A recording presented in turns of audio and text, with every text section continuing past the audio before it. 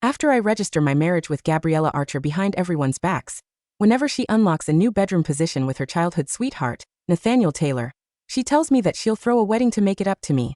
In 3 years, Gabriella has brought the wedding up 33 times.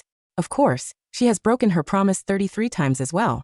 The first time she did, it was because Nathaniel's dog had died. In order to pay respects to it, Gabriella told me that she couldn't host any auspicious events for 3 months. I was still clad in a tux as I kept apologizing and making amends to all of our family, friends, and relatives beneath the stage. The second time Gabriella flaked out on me, it was thanks to Nathaniel's stomachache. She had the wedding car turned around so that she could buy medicine for Nathaniel and take care of him. In every wedding after that, Nathaniel would get into all sorts of troubles and ailments. I fought with Gabriella, and I lost my temper multiple times. But Gabriella often hit me with, "Nate and I are just friends with benefits. You're my actual husband here, so don't be petty." After Gabriella breaks her promise for the 33rd time, I'm finally done with her. So I slide a divorce agreement in her direction. The cooling off period is over, so let's just finalize the divorce. Gabriella Archer missed our wedding ceremony for the 32nd time because of the celebration party for her 999th successful case. Nathaniel Taylor carefully organized the party for her. At the party, everyone assumed that Nathaniel was her boyfriend. "Ms. Archer, you and Mr. Taylor grew up together and make such a perfect pair. With the atmosphere tonight, why don't you make a toast to each other?" "Yes. We want to see Ms. Archer and Mr. Taylor toast to each other." The crowd's cheers reached my ears. I had been married to her for 3 years, yet she had never acknowledged our relationship publicly. I could only shrink into a corner, watching her look at Nathaniel affectionately as they raised a toast to one another. After the party ended, fearing our relationship might get exposed, I went to the intersection near the hotel early and waited for Gabriella. A black car slowly approached. When the window rolled down, I saw Nathaniel sleeping soundly in her car. Gabriella looked at me, her tone as matter-of-fact as ever. "Go home by yourself. I need to drop Nate off." I lowered my gaze and said nothing. Gabriella was a total clean freak. She never let any strange smells linger in her car. Once she offended a client because of her stubbornness. To apologize on her behalf, I drank so much that I nearly made myself sick. But when it was over, she frowned and looked at me with pure disgust. "You smell terrible. Find your own way back." That day, she left me alone in the snowy outskirts, and it took me 4 hours to walk home. But now, a drunken Nathaniel slept peacefully in her car. It turned out that her rules were only meant for me. I gave a bitter smile and tried my best to keep my voice steady. "Are you still coming to the wedding tomorrow?" Gabriella hesitated for a moment. "I have to look after Nate tonight, so I won't make it tomorrow. Let's just forget about it for now." My heart sank, but I nodded gently. "Okay." After a brief pause, I took a document from my bag and handed it to Gabriella. "Sign this." Perhaps feeling guilty, Gabriella picked up the pen and signed the document without even glancing at it. Then she looked at me and promised gently, "When I come home tomorrow, I'll bring you your favorite pancakes from the west side of the city." After she finished speaking, she drove off. Gabriella didn't return home until noon the next day. She stood before the mirror, her slender neck marked with hickeys left by Nathaniel. Suddenly, she paused and tilted her head slightly. She looked at me through the mirror as I sat on the edge of the bed. "What document did you have me sign yesterday?" Gabriella asked. I looked up, a flicker of complex emotion flashing across my face before I regained my composure. "You didn't ask when you signed it, and now you want to know?" Gabriella gave me an indifferent smile. "It just occurred to me. Besides, you're my husband. You wouldn't do anything to hurt me." I lowered my gaze, hiding the mockery in my eyes. "Aren't you afraid that I made you sign our divorce agreement or a transfer of your assets?" Gabriella's chest tightened at my words. She frowned, looking slightly panicked and annoyed. "Are you joking with me?" She walked over to me and sat sideways on my lap. "You know that I would definitely lose my mind if you ever left me. If I had to choose between the two, I'd rather it was the transfer of my assets," she said, her tone soft but firm. Gabriella looked at me, and I could see the deep affection in her eyes. I knew that she meant it when she said she couldn't leave me, and her feelings for me were real. But my joke was real too. I had her sign the divorce agreement that would end our marriage. I had pursued her for 5 years and had been married to her for 3. My relationship with Gabriella was finally coming to an end. That afternoon, once I arrived at the office, I went straight to the HR department to hand in my resignation. The HR manager, Serena Hale, looked up from her desk. When she realized it was me, a look of shock appeared on her face. She said, "Mr. Carter, have you truly made up your mind? You have worked alongside Ms. Archer longer than anyone else. We always said among ourselves that even if the law firm went under, you would never leave. Why would you suddenly?" Serena didn't finish her sentence. I looked down. Until yesterday, I had always believed that I would never leave. Gabriella and I built this law firm from the ground up. working hard side by side and fighting every step of the way. When the firm landed its first case, Gabriella took me out for a lavish dinner with the legal fee. That day, we watched the flow of traffic from a restaurant on the 54th floor. Gabriella leaned against my chest and said she was glad that I was the one by her side in this life. I smiled faintly and replied to Serena, "People change. I've already made up my mind." Serena looked at me, her eyes full of regret. "Since you're firm in your decision, I wish you the best in the future." I thanked her quietly and walked out of the HR office. The moment I got back to my desk, my phone chimed. I picked it up and saw that Nathaniel had posted something on social media. The photo showed Gabriella lying in bed, looking peaceful as she slept. The caption read, "I had too much to drink last night. Fortunately, someone was there to look after me personally. I gave her a little hickey as a reward." Nathaniel tagged me directly, probably to make sure that I wouldn't miss it. This wasn't the first time he had done something like this. Out of every 10 stories he posted, 3 usually mentioned me, while the other 7 were visible only to me. In the past, these petty tricks easily provoked me. Gabriella and I used to argue and fight because of them. Every time, she simply brushed it off and told me, "Nate and I are just friends with benefits. You're the one who's my husband. Don't be so petty." Gabriella was certain that I loved her and would never leave, so she hurt me without holding back. I smiled, though my heart remained heavy with a mix of complicated feelings. Suddenly, a co-worker nearby gasped, "Look, Ms. Archer's boyfriend is here." I followed her gaze. Nathaniel, dressed in a tailored suit, walked into Gabriella's office as if no one else existed. Soon, someone lowered the blinds, blocking the view from outside. I lowered my gaze, and my thoughts drifted back to the past. Back then, Gabriella had me pinned against the desk in her office. A mischievous glint flickered in her eyes as she smiled and asked, "Doesn't this feel like an affair? Isn't it exciting?" Her sweat dripped onto my chest. Once we calmed down, she held me and said softly, "Once we have the wedding, I'll definitely make our relationship public." I laughed at my past self for being so stupid. I had fallen for her sweet words over and over, letting her deceive me 32 times. I placed my hand on the divorce agreement and the resignation letter beside me. I wasn't going to let her fool me again. 2 hours later, while I was in the middle of handing off my work to a coworker, Gabriella sent me a message. "Bring me a cup of coffee." She was extremely picky about the sugar and bitterness in her coffee. Across the entire firm, only I could make it just the way she liked. I let out a sigh and stood up to prepare the drink. What I didn't expect was to find Nathaniel in the break room. When Nathaniel saw me walk in, his lips curled into a disdainful smirk. "Samuel, your temper is getting better and better. I thought you would have rushed into Gabriella's office to catch us in the act just now." As he spoke, he deliberately lifted his chin, revealing the glaring scratch marks on his neck. I looked down and picked up the coffee beans. "Is that so? Do you want a cup? These coffee beans from Silver Peak taste really good." My calm demeanor caught Nathaniel off guard. He looked me up and down as if I were a stranger. "What are you so smug about? Do you really think Gabriella won't divorce you? To be honest, the only reason Gabriella married you back then was because of something I said as a joke.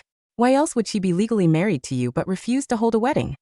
Gabriella stepped into the break room. Panic flickered across her face as she looked at Nathaniel reprimandingly. "Nate, what nonsense are you talking about?" Instead of getting angry, Nathaniel playfully wrapped his arms around her waist. "Did I say anything wrong?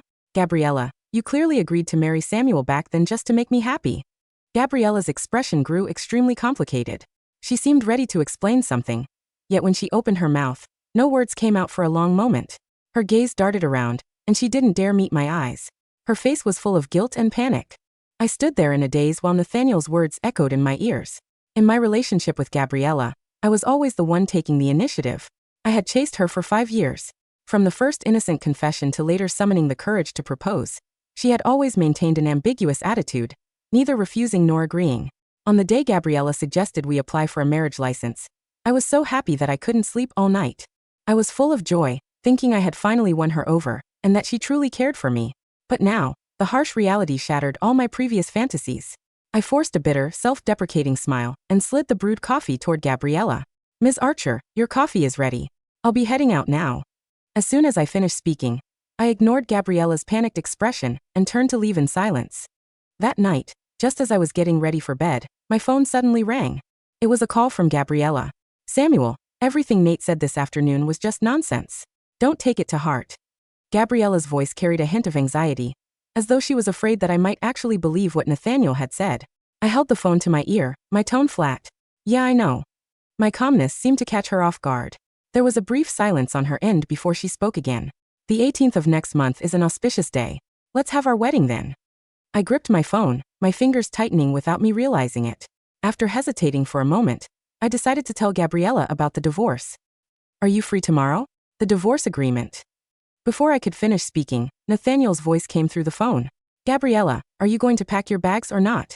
Get over here. Gabriella's voice dropped, carrying a hint of anxiety. Samuel, what did you just say? I didn't hear you clearly. I have to fly abroad with Nate tomorrow to see an exhibition. Whatever it is, let's talk when I get back. The call disconnected, leaving a continuous busy tone on the line. I chuckled. I had wanted to talk to her in person, but she never gave me that chance. In the following days, I successfully resigned from the firm. I packed up all my belongings in the house and moved to my new home. Every so often, Gabriella would send me photos of wedding venue setups. I didn't realize there were so many styles for weddings. Which one do you like? I think a beach setting would be lovely. What do you think? As I looked at the exquisite designs, a bitter irony stirred in my heart. During our 3 years of marriage, she kept giving me hope again and again, only to let me down each time. Now that I was leaving, she suddenly seemed to care about the wedding. Meanwhile, Nathaniel updated his story on social media every day. It was either photos of the two of them or videos of the surprises Gabriella had carefully planned for him. The day before the wedding Gabriella had promised, which was also the last day of the divorce cooling-off period, a proposal video appeared on social media. In the video, Nathaniel stood in a blooming garden, wearing a well-tailored suit. Gabriella stood before him, holding out a sparkling diamond ring. The people around them chanted, "Kiss her." The final frame froze on Gabriella, smiling as she threw herself into Nathaniel's arms. I watched the clip calmly, left a comment congratulating them, and then blocked Nathaniel. Shortly after, Gabriella called me. She sounded cheerful. Samuel, I'll be back in the country tomorrow. I've already sorted everything out with the wedding planners. Once I'm home, we can hold the wedding right away. The next morning, I didn't go to the beach for the wedding. By noon, Gabriella still hadn't called to ask why I wasn't there. It wasn't until evening that she finally came home, looking worn out. She looked at me as I sat on the couch, guilt and unease flashing in her eyes. Nate wasn't feeling well, so our return was delayed. But it's fine. I promise the next wedding will definitely happen, she said. When I heard those words, I felt nothing. As expected, she still hadn't shown up for the 33rd wedding. I looked at her quietly and slid the divorce agreement I had prepared toward her. There's no need. The cooling-off period is over. Let's finalize the divorce. The paper didn't make a sound as it slid across the cold marble of the kitchen island. It was just a few sheets of standard A4, but to Gabriella it might as well have been a live grenade. She didn't look at it immediately. Instead, she stood by the entryway, her designer coat still draped over her arm, her high heels casting long, crooked shadows across the hardwood floor. The scent of her expensive perfume, the one Nathaniel had picked out for her in Paris, struggled against the sterile, empty air of the apartment.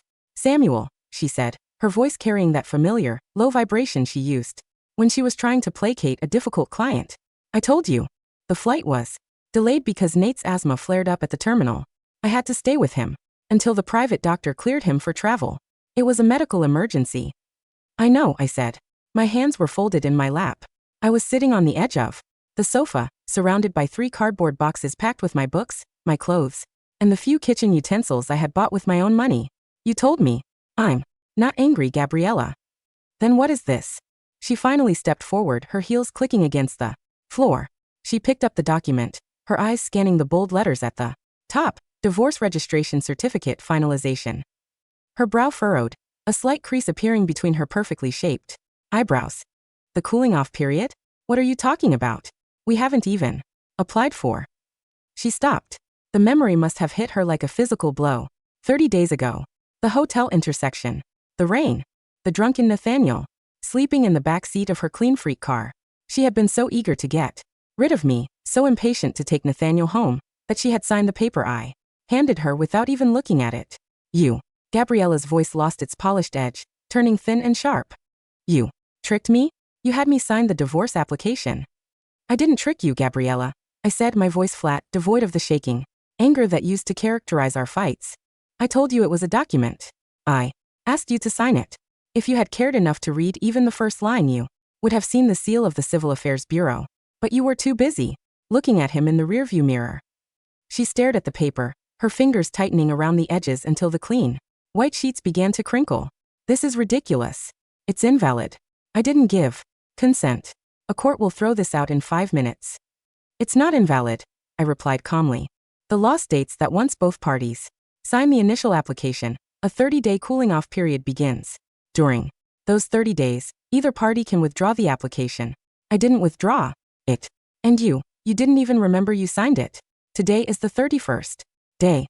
The bureau processed the final registration this morning because I submitted the final confirmation at 9 o'clock. We are legally single. Gabriella. Samuel. She slammed the paper back down onto the marble counter, the sound echoing in the quiet kitchen. Stop this. I know you're hurt because of the proposal video. That was just a PR stunt. Nate's family is trying to secure a venture capital deal, and they needed to show stability and a strong public image. I was just helping him out. You know, Nate and we're just friends with benefits. I finished the sentence for her. I know. You've told me 33 times. Then why are you being like this? She stepped closer, her eyes flashing with a mix of anger and genuine panic. She reached out to grab my shoulder, but I stood up, taking a step back. Her hand froze in midair, her fingers curling into an empty fist. Because I realized something on the beach today, Gabriella, I said, looking directly into her eyes. While I was sitting on the sand, watching the waves and waiting for a bride who was currently holding another man's hand in a private airport lounge, I realized that I don't hate you. She blinked, momentarily relieved. Samuel. I don't hate you. I repeated, my voice as quiet as the sea. Because hatred requires feeling. It requires investment. And today, when the sun went down and the wedding coordinator asked me if they should start packing up the flowers, I felt absolutely nothing. No anger, no sorrow, no jealousy. Just peace. I realized that the woman I loved for 5 years, the one I married 3 years ago, never actually existed. She was just a character I made up in my head to justify my own stupidity. Gabriella's face drained of color. The arrogant, untouchable managing partner of Archer and Associates was gone. In her place stood a woman who looked suddenly terrifyingly small. No, she whispered, her head shaking. No, Samuel. You love me. You've always loved me. You can't just switch it off. I didn't switch it off, I said, picking up the smallest of the cardboard boxes. You wore it down. One broken promise at a time. 33 times. Gabriella.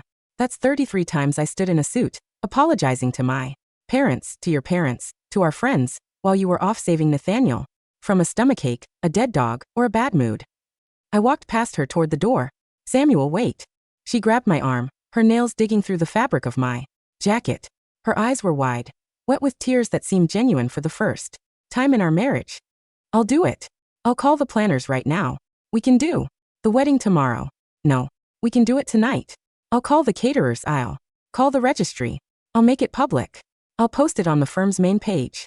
I'll tell everyone you're my husband. I looked down at her hand on my arm. Slowly, gently, I peeled her fingers away. There's no need, I said. The wedding is over.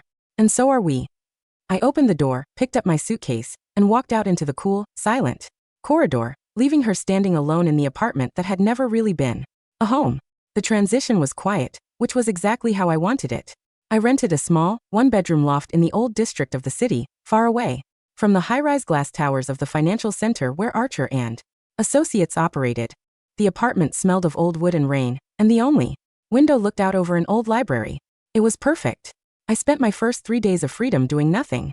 I slept until noon, drank tea that was too hot, and watched the elderly librarian across the street arrange books in the window. My phone, which used to buzz every 30 minutes, with messages from Gabriella demanding dry cleaning, specific coffee orders, or case files, was entirely silent. I had changed my number. On the 4th day, I received an email on my personal account. It was from Serena Hale, the HR manager at my old firm. Samuel, the email read, I know you've resigned and wanted to sever ties, but we're having a massive issue with the transition files for the Henderson case. No one can find the original land deeds or the cross-examination outlines for the primary witness. Ms. Archer is not handling it well. If you have any spare time, could you please tell us where they are stored? I'm sorry to bother you. I stared at the screen. The Henderson case was a $50 million real estate dispute that Gabriella and I had been working on for 18 months. It was the case that would cement her firm's reputation as the top litigation outfit in the city. The deeds were in the 3rd drawer of the filing cabinet behind her desk, stored in a blue folder marked with a yellow tab. The cross-examination outlines were on a secure flash drive disguised as a silver tie clip in my old desk drawer. I had spent 3 weeks organizing those files before I left, ensuring that even a child could find them. But Gabriella had never paid attention to the administrative side of the business. She had always assumed that Samuel would be there to hand her the right paper at the right second, to whisper the witness's name in her ear when she forgot it, to make sure her coffee was exactly 2/3 sweet when she sat down at the defense table. I typed a brief, polite response, detailing exactly where the files were located, and hit send.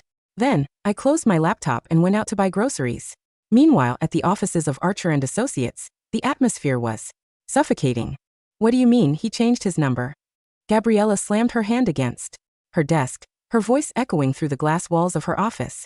Serena stood near the door, her tablet pressed against her chest like a shield. We tried calling the number on his employee file, Ms. Archer. It's been disconnected.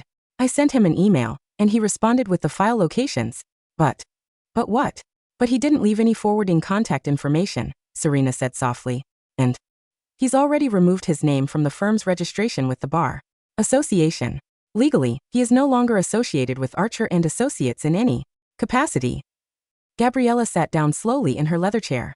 The desk in front of her was piled high with folders, yellow sticky notes, and half-empty coffee cups. The office smelled of stale sugar and dust. For 3 years, she had walked into this office and found it immaculate. The pencils were always sharpened to a perfect point. The folders were color-coded. By urgency, the small humidifier in the corner was always filled with lavender-scented water. Now the room felt cold, chaotic, and entirely too large. Where is Nathaniel? She asked suddenly, her voice dull. Mr. Taylor is in the lobby, Serena said, her expression tightening. He's been waiting for an hour. He says he wants to discuss the sponsorship contract for his family's charity gala. Tell him to leave, Gabriella said. Serena blinked, surprised. Ms. Archer.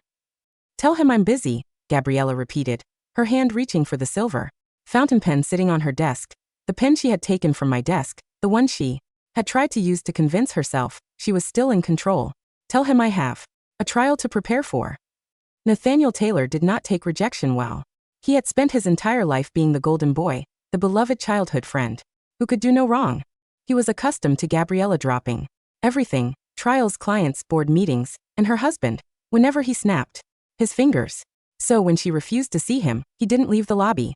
He walked straight past the receptionist and pushed open the door to her private office.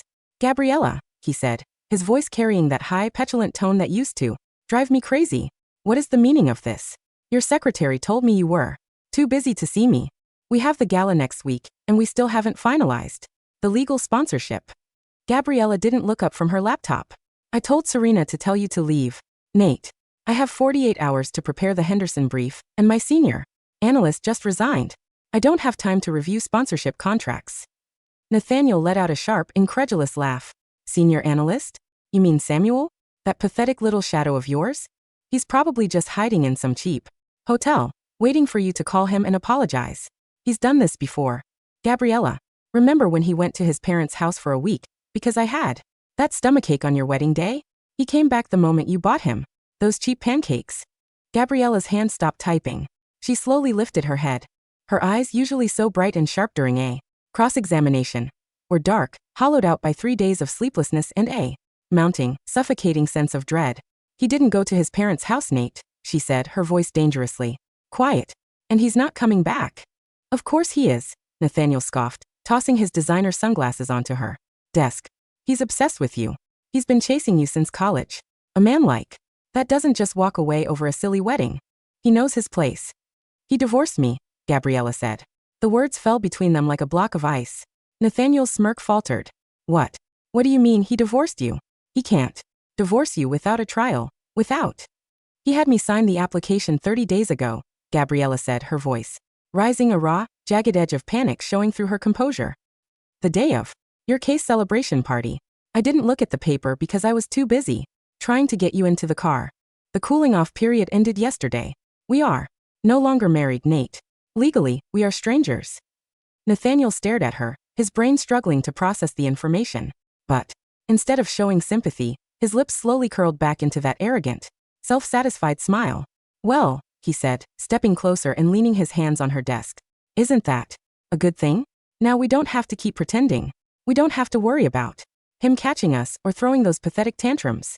You can finally make our relationship public, Gabriella. We can have our own wedding. A real one. Not that cheap beach ceremony he was planning. He reached out to touch her hand, But Gabriella pulled back as if she had been burned. She looked at his hand, at the manicured fingers, the expensive watch, the smooth, unblemished skin of a man who had never worked a day of hard labor in his life. Then, she looked at the silver fountain pen on her desk. She remembered the way my hands used to look. They were rougher, with small, faint scars from when we were building the firm's first bookshelves ourselves to save money on office furniture. She remembered how I used to sit at the kitchen table until 3 in the morning, rubbing my temples as I went through hundreds of pages of discovery documents, so she wouldn't have to do it. You know that I would definitely lose my mind if you ever left me, she had told me through the mirror. And she had meant it. But she had never believed it was possible. She had treated me like a piece of furniture, something stable, quiet, and permanently fixed to the floor, while she ran around playing games with the wind. Get out, Nate, she said, her voice dropping into a register that made even Nathaniel's smile vanish. Gabriella, what's your problem? He snapped, his voice turning shrill. I'm trying to help you. Samuel was just a placeholder. He was a nobody. I'm the one you grew up with. I'm the one who knows what you like in bed, the one who... I said get out. She stood up so fast her leather chair rolled back and crashed into the filing cabinet behind her. She pointed at the door, her fingers shaking with a wild, uncontrollable rage. If you don't get out of my office in 5 seconds, I will have security throw you out. And the sponsorship contract? It's cancelled. Archer and Associates will not be associating with the Taylor family or any of your shell companies ever again. Nathaniel's face turned an ugly, mottled red. You're crazy. You're actually losing your mind over that loser? Fine. Let's see how long your precious firm lasts without my family's connections. He grabbed his sunglasses, turned on his heel, and slammed the door behind him. So hard the glass partition wall vibrated. Gabriella sank back into her chair. She pulled her knees up to her chest, buried her face in her hands, and for the first time in her adult life, she began to sob. The room remained cold, and there was no lavender in the air. The Henderson trial began 3 weeks later. The municipal court was crowded with reporters, corporate representatives, and curious legal onlookers. It was the biggest case of the year, a classic David and Goliath battle over a prime piece of riverfront real estate.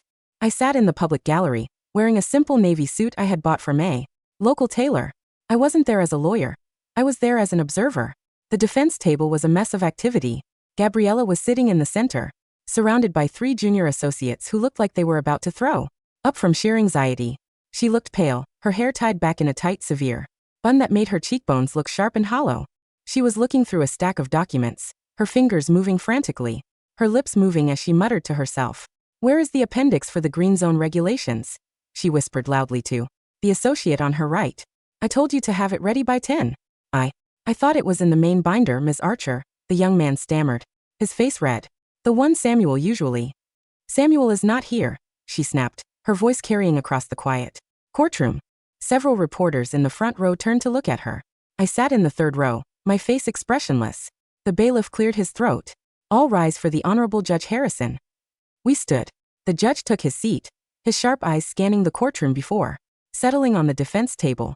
We are here for the opening statements in the matter of Henderson Development versus the City Planning Board, the judge said. Is the plaintiff ready? Ready, Your Honor, a voice said from the opposing table. It was Julian Vance, the senior partner of Vance and Associates, our firm's oldest and most ruthless rival. He stood up, offering a smooth, confident smile. But as he did, he gestured to the man sitting beside him. And representing the co-plaintiff, Your Honor, is our new senior litigation consultant, Mr. Samuel Carter. Gabriella's head snapped around so fast I heard the soft click of her neck joints from 30 feet away. Her eyes locked onto me as I stood up from the gallery, walked past the wooden gate, and took my seat at the plaintiff's table beside Julian. She stared at me, her mouth slightly open, her eyes wide with a mixture of shock, betrayal, and a sudden terrible realization. I didn't look at her. I sat down, opened my leather folder, and picked up a simple black ballpoint pen. I had left the silver fountain pen behind. It belonged to a life that had already been cremated. Mr. Carter, the judge said, his expression softening slightly. I see you've changed jerseys. I was under the impression you were the backbone of Archer and Associates. The backbone is easily replaced, Your Honor, I said, my voice carrying easily through the microphone. I found a better fit with Mr. Vance. Julian smiled, patting my shoulder. Indeed, Your Honor. Mr. Carter has already reconstructed our entire discovery strategy. We are quite pleased to have him. I could hear Gabriella's ragged breathing from across the aisle. Her hand was gripping the edge of her table, so hard her knuckles were yellow. The trial began. For the next 4 hours, it was a bloodbath. Every time Gabriella stood up to make an objection, Julian or I was already standing with the counter-precedent. Every time she tried to introduce a witness, I handed Julian a single sheet of paper containing the witness's prior inconsistent statements, documents I had found in the public archives during my first week of freedom. She was playing chess against an opponent who had spent 5 years memorizing her every move, her every habit, her every tells. She knew she was losing. During the afternoon recess, the courtroom cleared out quickly, the reporters rushing to the lobby to file their stories. I remained at the plaintiff's table, organizing my notes into neat, logical piles. The sound of high heels echoed in the empty room.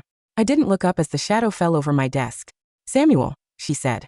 Her voice was different now. The arrogance was gone. The sharp, professional edge had been stripped away, leaving only a raw, bleeding vulnerability that sounded entirely out of place in a courthouse. "Ms. Archer," I said, keeping my eyes on my folder. "If you wish to discuss a settlement, you should speak with Mr. Vance. I am only a consultant." "Samuel, please," she whispered. She reached out, her fingers touching the corner of my folder. "Look at me." I slowly lifted my head. She looked terrible. There were dark circles under her eyes, her skin was dry, and the collar of her white blouse was slightly crooked. She looked like a woman who had been running a marathon for 3 weeks without water. "Why are you doing this?" she asked, her eyes wet. "With Julian? You know he's been trying to destroy our firm for years. You built that firm with me, Samuel. We spent 5 years. We slept on the office floor when we couldn't pay rent. How can you just hand him all our secrets?" "I didn't hand him any secrets, Gabriella," I said, my voice calm even. "Everything we're using in court today is public record. The only difference is that Julian actually reads the files I give him. He doesn't leave them in the back seat of his car while he goes to buy medicine for his friend." The reference to Nathaniel hit her like a physical blow. She took a step back, her hand dropping from the folder. I broke off all ties with Nate," she said, her voice shaking. "I canceled the sponsorship. I threw him out of my office. I haven't spoken to him since the day you left." "That is your business, Gabriella," I said, closing my folder with a soft final snap. "But it doesn't change anything for me. You didn't leave Nathaniel because you realized you were hurting me. You left him because you realized you couldn't run the firm without me. It was a business decision, not a personal one."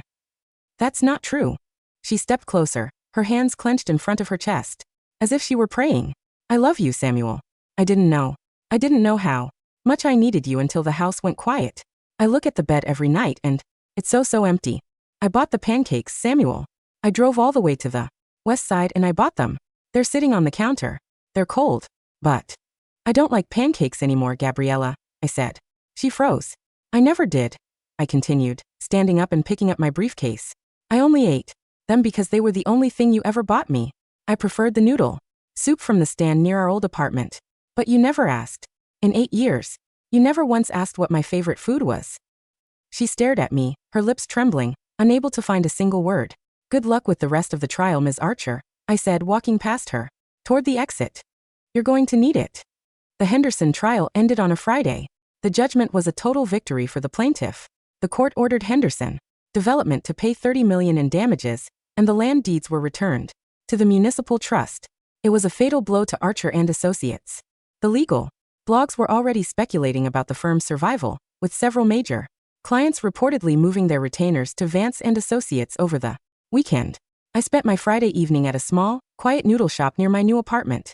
It was a simple place with wooden stools and a large, steaming pot of broth in the window. The broth was rich, savory, and exactly what I needed to clear the taste of courtroom dust from my mouth. When I walked out of the shop, the first snow of the winter was beginning to fall. The flakes were small, dry, and disappeared the moment they touched the wet asphalt. I walked down to the old canal pier, a quiet, forgotten corner of the city where the water was dark and still. I stood by the iron railing, watching the snow fall into the water. "Samuel." The voice came from behind me. I didn't turn around. I knew the sound of her footsteps, even on the wet concrete. "You shouldn't follow me, Gabriella," I said, the cold air turning my breath into small white clouds. "The court has already entered the judgment. There is nothing left to discuss." She walked up to the railing, stopping a few feet away from me. She wasn't wearing her lawyer clothes now. She wore a simple gray coat, her hair loose and damp from the snow, looking like the college girl I had fallen in love with 8 years ago. "I'm not here to talk about the case," she said. Her voice was quiet, stripped of all its armor. The firm is going under, Samuel. 2 partners resigned this afternoon. Julian is already moving into our old office space on the 54th floor. I know, I said. Do you hate me? She asked, her eyes fixed on the dark water below. For everything? For the 33 times? For the joke Nate made? I looked at the snow landing on my sleeve. I don't hate you, Gabriella, I said. I told you that before. If I hated you, I wouldn't have stayed for 3 years. I stayed because I kept hoping that the next wedding would be the real one. I kept telling myself that you were just young, just confused, that eventually you would realize that Nathaniel was just a ghost from your childhood. I let out a soft, dry laugh. But you didn't. And the 33rd time, it wasn't just a broken promise. It was the universe telling me that my time was up, that I had paid my debt to the fantasy I created. It wasn't a joke, she said suddenly. I turned my head to look at her. She was crying, the tears freezing on her cheeks before they could fall. When I asked you to register the marriage 3 years ago, she said, her voice shaking with a deep, racking sob. It wasn't because of Nate's joke. He did say it. He told me I'd never have the guts to actually marry you. But I didn't do it to make him happy. I did it because I was terrified of losing you. I saw the way Serena looked at you, the way the other female clients smiled at you when you handed them their files. I knew I was terrible to you, Samuel. I knew I was selfish. But I thought if we had that license, you'd never be able to leave. She reached out, her hand grabbing my coat sleeve, her fingers shaking violently. I kept delaying the wedding because as long as the wedding was in the future, I knew you'd keep looking at me with that hope in your eyes. I was addicted to that look, Samuel. The way you looked at me when we were planning the caterers, the way you smiled when we picked out the invitations. I was so greedy. I wanted the security of a husband and the excitement of a chase. I thought I could have both forever. I looked down at her hand. 4 or 5 years, I would have given my life to hear those words. I would have knelt in the snow, kissed her fingers, and promised her the world. But now, as I looked at her wet, pale face, I felt only a profound, hollow pity. You were wrong, Gabriella, I said, my voice gentle but completely firm. A relationship isn't a bank account. You can't just keep withdrawing trust without ever making a deposit. Eventually, the balance hits 0. I can change, she begged, her forehead resting against my arm as she sobbed. I'll start a new firm. We can do it together, Samuel. Just you and me. No Nate. No Julian, no corporate games. I'll make the coffee. I'll sharpen the pencils. Just, please don't leave me in this silence. I slowly, gently pulled my arm back, letting her fingers slide away from my sleeve. The silence isn't a punishment, Gabriella, I said, looking out over the dark river. It's just what happens when the music stops. You should get used to it. It's actually quite peaceful once you stop fighting it. I turned and walked away. She didn't follow me this time. As I walked up the stone steps of the pier, I heard her let out a long, ragged cry behind me, a sound of pure, unadulterated grief that was swallowed up instantly by the falling snow. I didn't look back. The snow was falling faster now, coating the streets in a clean, silent white, erasing the footprints of the past, and leaving only a smooth, unbroken path into the winter ahead.